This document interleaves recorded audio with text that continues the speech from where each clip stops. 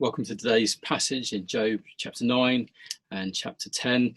This is our video just following through our church reading plan through the book of Job. We're in it on Sundays. If you're just visiting these videos, you're really welcome to join us on a Sunday as we follow Job through, and you can find the videos on our YouTube channel here too.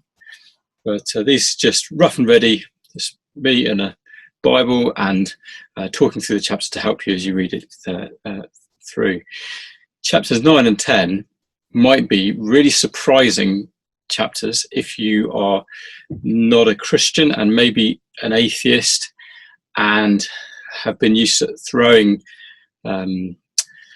accusations against God, because you're going to find stuff in the Bible that maybe you didn't think was there, that you might even find stuff that actually you've said.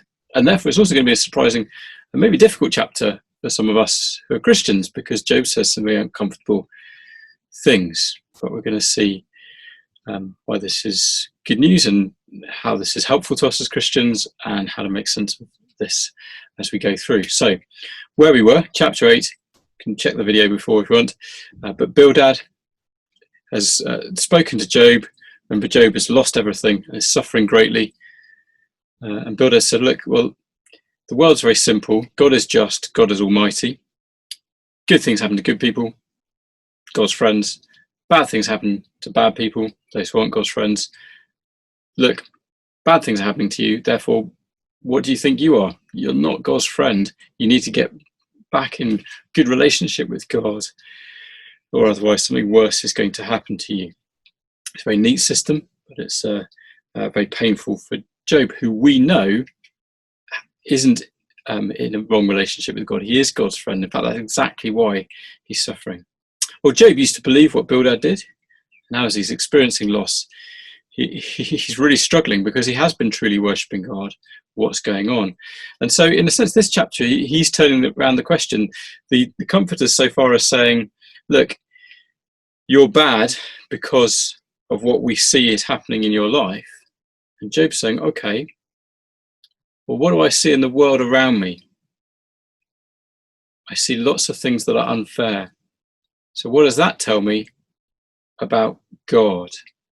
You're saying you can read into my character by what's going on in my life. Okay, let's look around at the world and then let's read into God's character, because it seems like if God's in charge and Job believes that everything that happens is under God's control, God does it, well, therefore, God must be unfair. So, 9 verse 1 to 4 is this a lovely, we get again in the sense of Job's heart. He longs most of all to be right with God, verse 2. Look, I know what you're saying, Bildad, but surely, how can a man be right with God? I want this. I want to know this. I thought I did know this in chapter 1, verse 1 to 5. But here I am suffering, and it's the most important thing to me. So Job isn't an atheist, though he says some things that atheists will say today. He's not. He loves God. He wants to trust God, but he's absolutely in agony. And verse 5 to 24, part of his exploration as he processes things, and this is a really tough passage.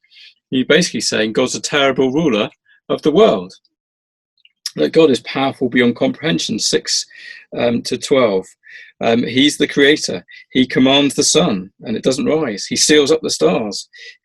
He alone stretches out the heavens and tramples the wave of the sea. He's made all the stars. He does great things beyond searching out and marvelous things beyond number. But he's also invisible. So verse 11, you remember in Harry Potter, the movies, where there's the cloak of invisibility that allows Harry and his friends to sneak around Hogwarts and no one knows where they are. Well, where's God? What's he doing? We don't know. We can't see him. In verse 12, he's really elusive. And then verse 13 to 24, there's that sense that God is unjust.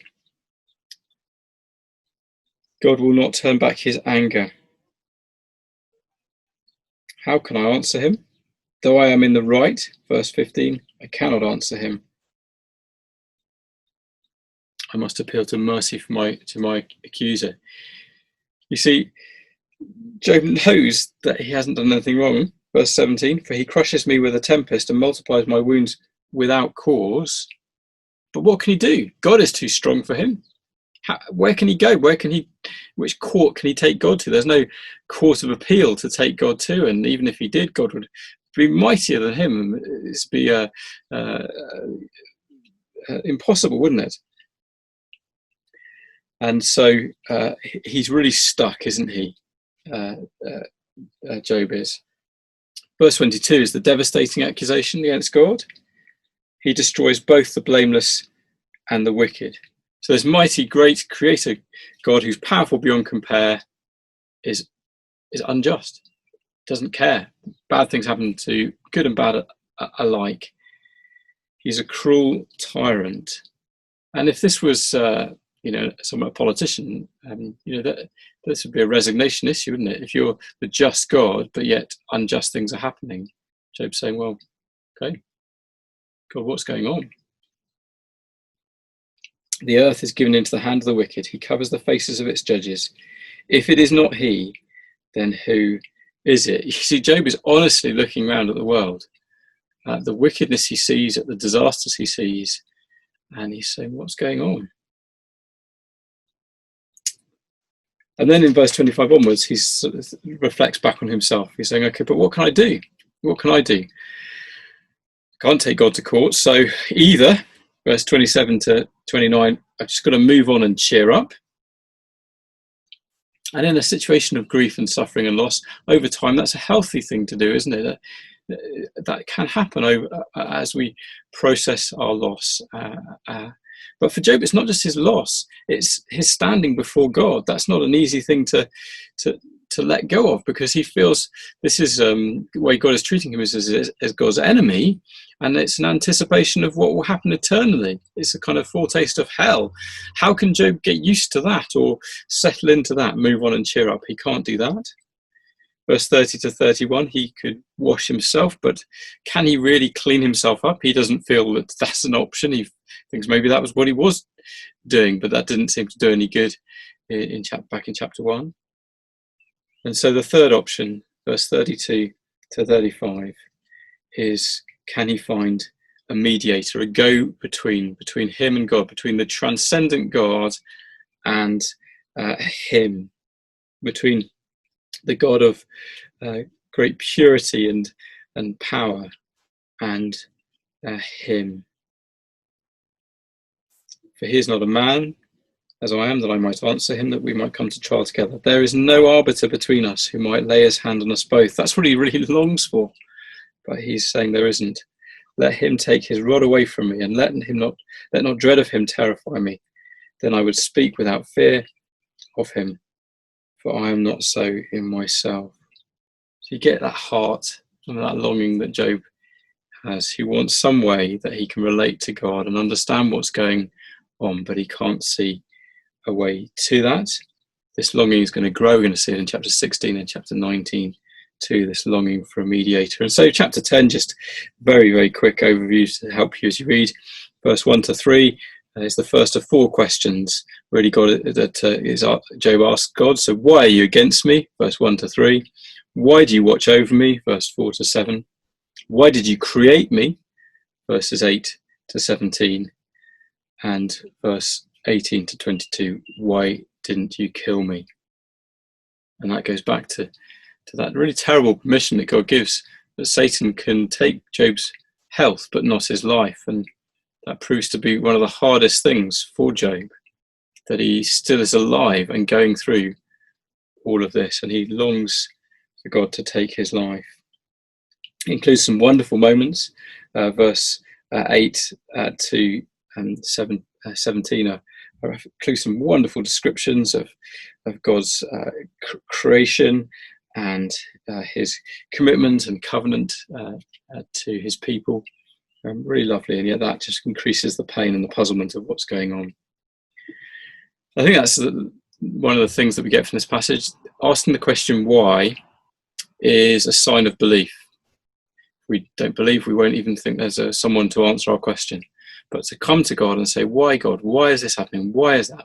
And to pursue God, that is the sign of a believer. And so if that's us, if we're in great darkness and difficulty, things we're going through that we don't understand and we finding hard to endure in our lives, we're wondering what God's doing, don't be discouraged by that and think, oh, it's a sign that I'm not God's friend. No, Job did exactly the same thing, and we know that he is God's friend. So you may not be able to see and understand what's going on, but pursue God and keep asking those questions and keep seeking for him. And you're not alone. Job has been there with you. And Job doesn't give up and he doesn't curse God. You say, well, but he does. He says some really harsh things about God. No, but he doesn't abandon his faith in God. And he really reveals his heart and he longs for a relationship with God. And his deep desire is for a mediator. So that's all really good, isn't it? I guess another thing we see from this chapter is that the world isn't simple. Bildad wants the world to be simple. But no, we know from chapter 1 that it's not just a simple kind of box that the world is like just God rules everything in a simple way, because we were introduced to that heavenly council, and incredibly into that heavenly council comes Satan, and Satan has a role to play in God's world and in God's plans. We might not understand that, but we need to understand that God rules using evil, and that's really obvious. And when we think of the New Testament, we think of the cross, and we see how God used what men intended for wickedness and evil for good, and for the rescue of men and women, for sinners, for himself. Then we see that. And then we also therefore see that God does have a mediator, doesn't he, in Jesus Christ.